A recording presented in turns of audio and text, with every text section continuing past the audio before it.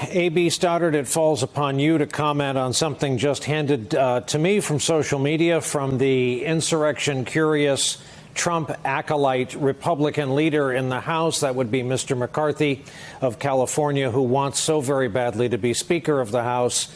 This whole thing could have just been an email. Poetic, artful, perhaps, A.B.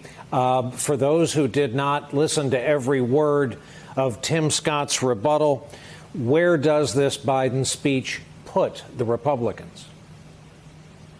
Well, to touch on what Phil was talking about, I think that the administration worked extremely hard and strategically to send a message to voters outside their coalition who maybe voted for President Trump once or even twice.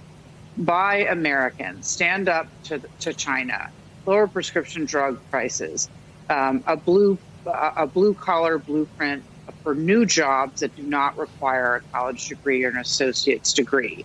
It went on, and he went over the kind of liberal, progressive wish list, priority list in the second half of the speech, and he prioritized reaching the median voter in the middle of the speech. Of course, it was not a good look when Kevin McCarthy and the Republicans stayed seated for cutting child poverty in half, but they're not going to vote for that, and that came as no surprise. I did think that, Senator Scott's response was extraordinarily well done.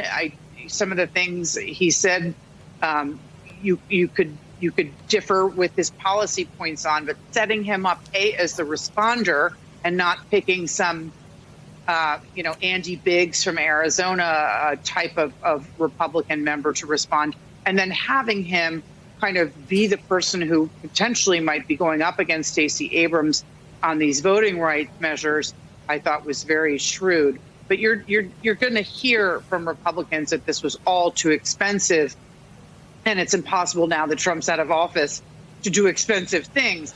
But I think it will be really tough for them to be fighting back on a lot of the provisions that Biden made a point to highlight that they knew had pulled well, and they knew reached across the aisle, and they knew would be attractive to members of the Trump coalition, support for elderly caregivers, all these things that he made a point beyond just ending cancer, of really speaking to the needs of the social safety net and the challenges, the economic challenges to the middle of the country, and not just voters in the Democratic coalition. So it was clear that that was their goal.